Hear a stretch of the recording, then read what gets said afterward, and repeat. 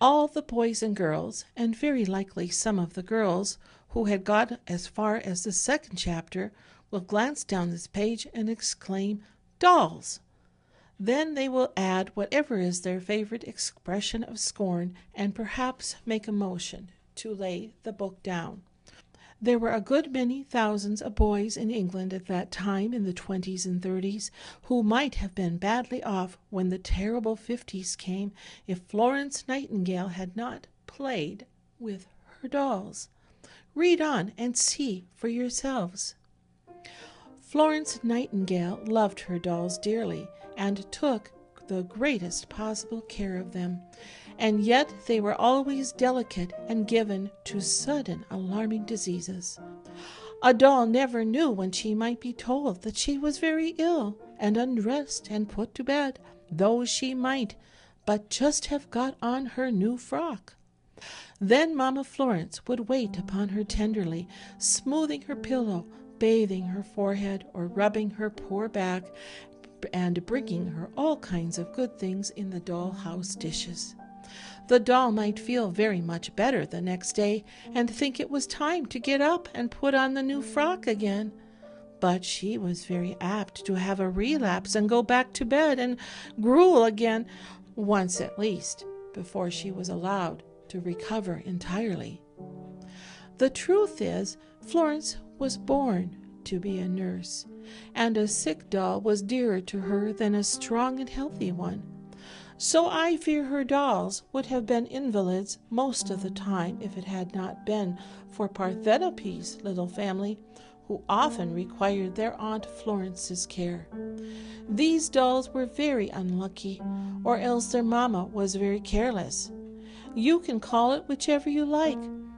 They were always tumbling down and breaking their heads, or losing arms and legs, or burning themselves at the nursery fire, or suffering from doll's consumption, that dreadful complaint otherwise known as loss of sawdust.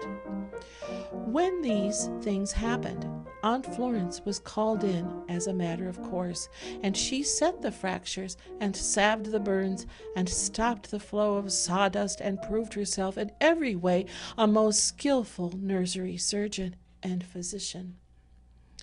So it was that unconsciously and in play, Florence began her training for her life work. She was having lessons, of course, arithmetic and all the other proper things. She and Parthy had a governess and studied regularly, and had music and drawing lessons besides, and her father taught her to love English literature, and later opened to her the great doors marked Latin and Greek. Her mother, meantime, taught her all kinds of handiwork, and before she was 12 years old, she could hemstitch and seam and embroider. These things were all good, and very good. Without them she could not have accomplished all she did, but in the years that were to come all the other learning was going to help that wonderful learning that began with nursing sick dolls. Soon she was to take another step in her profession. The little fingers, grown so skillful by bandaging waxen and china arms and legs, were now to save a living, loving creature from death. To every English child, this story is a nursery tale. No doubt it is to many American children also, yet it is one that no one can ever tire of hearing, so I shall tell it again.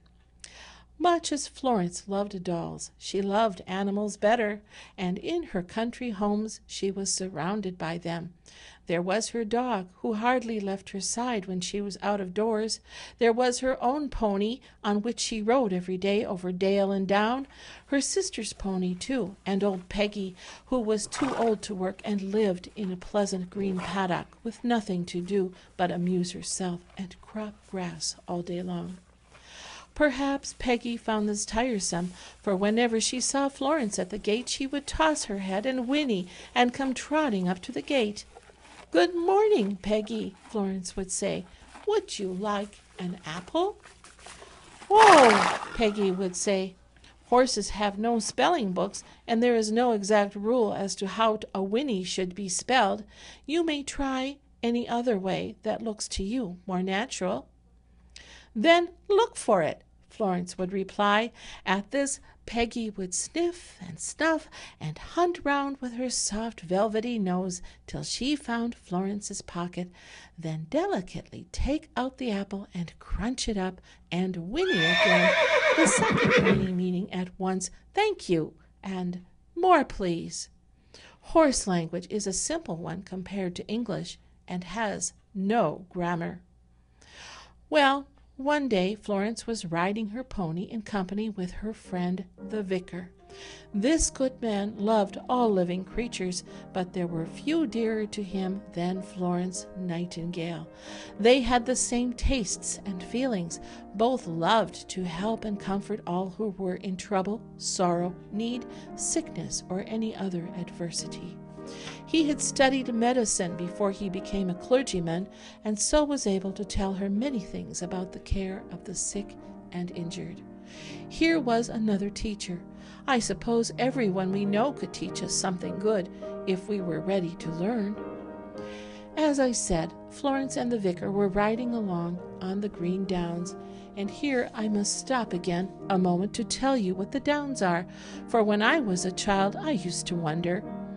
They are great rounded hills covered with close, thick turf like a velvet carpet.